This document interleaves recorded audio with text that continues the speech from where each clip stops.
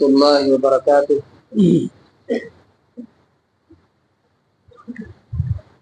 الحمد للہ نحمده ونستعینه ونستغفره ونؤمن به ونتوکل علیہ ونعوذ باللہ من شرور انفسنا ومن سیئات اعمالنا من يهده الله فلا مضل له ومن يضلله فلا هادي له ونشهد أن لا إله إلا الله وحده لا شريك له ونشهد أن سيدنا ومولانا محمدا عبده ورسوله أما بعد فأعوذ بالله من الشيطان الرجيم بسم الله الرحمن الرحيم قل إنما أنا بشر مثلكم يوحى إلي أنما إلهكم إله واحد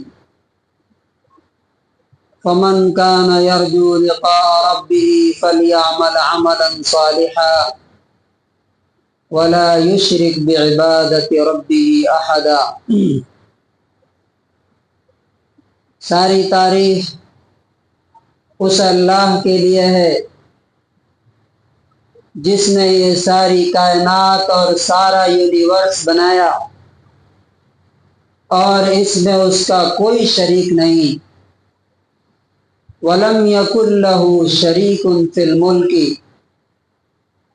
وہی اللہ تعریف کے قابل ہے جس کے ہاتھ میں ہماری زندگی اور موت ہے۔ اِنَّا لَنَحْنُ نُحْيِي وَنُمِيتُ وَنَحْنُ الْوَارِثُونَ، بے شک ہم ہی زندگی دیتے ہیں اور ہم ہی موت دیتے ہیں اور ہم ہی زمین و آسمان کے وارث ہونے والے ہیں۔ وہی اللہ ہے تعریف کے قابل جس کے ہاتھ میں عزت اور ذلت ہے۔ اللہ تعالیٰ فرماتا ہے وَتُعِزُّ مَن تَشَاءُ وَتُذِلُّ مَن تَشَاءُ، تو جسے چاہے عزت دیتا ہے اور جس کو چاہتا ہے ذلیل کر دیتا ہے۔ اور وہی اللہ ہے تعریف کے قابل جس کے ہاتھ میں نفع اور نقصان ہے۔ اللہ تعالیٰ نے فرمایا إِن يَمْسَسْكَ اللَّهُ بِضُرٍّ فَلَا كَاشِفَ لَهُ إِلَّا هُوَ وَإِن يُرِدْكَ بِخَيْرٍ فَهُوَ عَلَى كُلِّ شَيْءٍ قَدِيرٌ، اور وہی اللہ ہے جس کے پاس ہم سب کو پلٹ کر کے جانا ہے۔ ثُمَّ وَاتَّقُوا يَوْمًا تُرْجَعُونَ فِيهِ إِلَى اللَّهِ، اس دن سے ڈرو جس دن تم کو پلٹا کر کے تمہارے رب کے پاس لایا جائے گا۔ ثُمَّ تُوَفَّى كُلُّ نَفْسٍ مَا كَسَبَتْ وَهُمْ لَا يُظْلَمُونَ، پھر ہر شخص کو اس کے کیے کا، اس کے عمل کا پورا پورا بدلہ دیا جائے گا اور ان پر ذرہ برابر ظلم نہیں ہوگا۔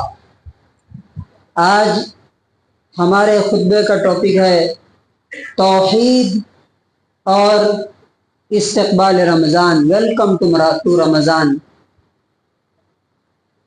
انسان کوئی بھی عمل کرے، چھوٹا سے چھوٹا ہو یا ہمالیہ پہاڑ کے برابر، اس کے قبول ہونے کے، اس کے ایکسیپٹ ہونے کی پہلی بنیادی شرط اور کنڈیشن یہ ہے کہ اس کا عقیدہ اور اس کا ایمان صحیح ہو، سلامت ہو۔ اگر اس کا ایمان صحیح ہے تو ایک چھوٹے سے عمل کو اللہ تعالیٰ پہاڑ کی طرح بنا دے گا، اور اگر اس کا ایمان درست نہیں تو وہ پہاڑ کی طرح بھی عمل کرے تو اللہ تعالیٰ اس کو راکھ بنا کر کے اڑا دے گا، اس کا کوئی وزن نہیں کیا جائے گا۔ کچھ ہی دن کے بعد ہم رمضان کا استقبال کرنے والے ہیں۔ اس سے پہلے پہلے ہمارے عقیدے کی اور ایمان کی اصلاح ہو جانی چاہیے۔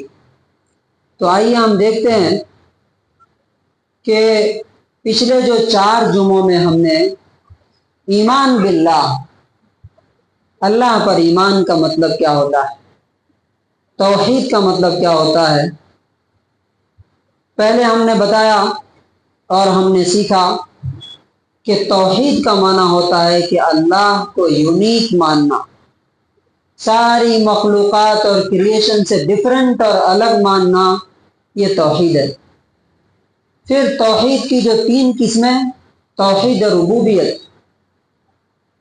ربوبیت کا مطلب کیا ہے کہ زمین و آسمان کی ہر چیز کا تنہا مالک، آنر، ماسٹر صرف اور صرف کون ہے؟ اللہ تبارک و تعالی ہے، اس میں کوئی اس کا شریک نہیں۔ نمبر 2، توحید الوہیت۔ الوہیت کا مطلب کیا ہے کہ جب بنایا بھی اسی نے ہے، ہر چیز وہی دے رہا ہے، تو عبادت بھی صرف کس کی ہونی چاہیے؟ اسی کی ہونی چاہیے۔ ایاک نعبد و ایاک نستعین، ہم صرف تیری ہی عبادت کرتے ہیں اور صرف تجھ سے ہی دعا کرتے ہیں، اور کسی سے دعا نہیں کرتے۔ عبادت کی 4 قسمیں میں نے آسانی سے سمجھنے کے لیے آپ کے سامنے رکھی تھی، 2 ہو گئی ہیں، دو پہ آج بات کرنا ہے۔ عبادت کی 4 قسمیں کون کون سی ہیں؟ نمبر 1، دل کی عبادت۔ دل کی عبادت میں 3 چیزیں ہیں، سب سے زیادہ اللہ سے محبت کرنا، ڈر اور خوف صرف اور صرف اللہ سے ہونا، اور نمبر 3، امید اور بھروسہ صرف اور صرف کس پر ہونا چاہیے؟ اس پر ہونا چاہیے جو کچھ ہوگا میرے ساتھ صرف اور صرف اللہ ہی کی طرف سے ہوگا، اور کوئی میرا کچھ بھی نہیں کر سکتا، نہ ایک رتی کے برابر کچھ بڑھا سکتا ہے نہ گھٹا سکتا۔ یہ دل کی عبادت۔ دوسرے نمبر پہ زبان کی عبادت۔ زبان کی عبادت میں 3 چیزیں میں نے آپ کے سامنے رکھی تھی۔ نمبر 1، ذکر کرنا، جس کو بولتے ہیں جپنا۔ اب دیکھیں نان مسلم کیا سیتا رام جپتے رہتے، اسی طرح سے کرسچن جو ہے جیسس یسوع مسیح کی بات کرتے ہیں۔ ایمان والے کس کا نام جپتے ہیں؟ اللہ اکبر، سبحان اللہ، الحمدللہ۔ اور اللہ نے قرآن میں کہا کہ یذکرون اللہ قیاما وقعودا وعلی جنوبہم، جس سے محبت ہوتی ہے انسان اس کو بار بار یاد کرتا ہے، وہ کھڑے کھڑے، لیٹے لیٹے، بیٹھے بیٹھے اللہ کو یاد کرتے ہیں، ذکر۔ نمبر 2، زبان کی عبادت میں کیا ہے؟ دعا کرنا۔ دعا کے بارے میں نے آپ سے بتایا تھا کہ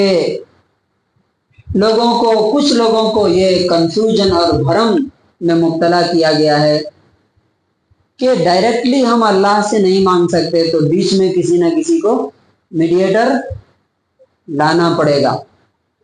مثال کے طور پہ پرائم منسٹر سے ملتے ہیں تو اس کے پی اے سے ملنا پڑے گا، جج کے پاس جاتے ہیں تو پہلے کس کو بتانا پڑے گا اپنا مسئلہ؟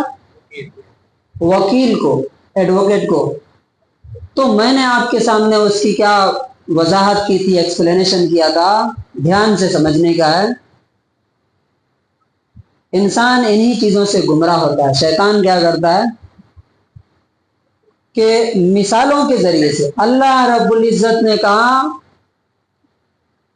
فَلَا تَضْرِبُوا لِلَّهِ الْأَمْثَالِ، تم اللہ کے لیے مثالیں مت بیان کرو۔ مثال کس کی بیان کی جا سکتی ہے؟ جس کی طرح کوئی ہو، اور اللہ تعالیٰ کیا کہتا ہے؟ لَيْسَ كَمِثْلِهِ شَيْءٌ، اس کی طرح کوئی ہے ہی نہیں ہے، تو اس کی مثال پرائم منسٹر سے یا جج سے دینا صحیح ہے؟ صحیح ہو سکتا ہے؟ نہیں ہو سکتا۔ کیوں؟ پرائم منسٹر یا جج کون ہے؟ مخلوق ہے، کریشن ہے، اور اللہ تعالیٰ کون ہے؟ خالق ہے، کریٹر ہے۔ خالق کی مثال مخلوق کے ساتھ دینا ایسے ہی ہے جیسے کوئی کہے، دھیان سے سمجھیے، کہ اہوجا جو یہ ایمپلیفائر ہے، اس کا جو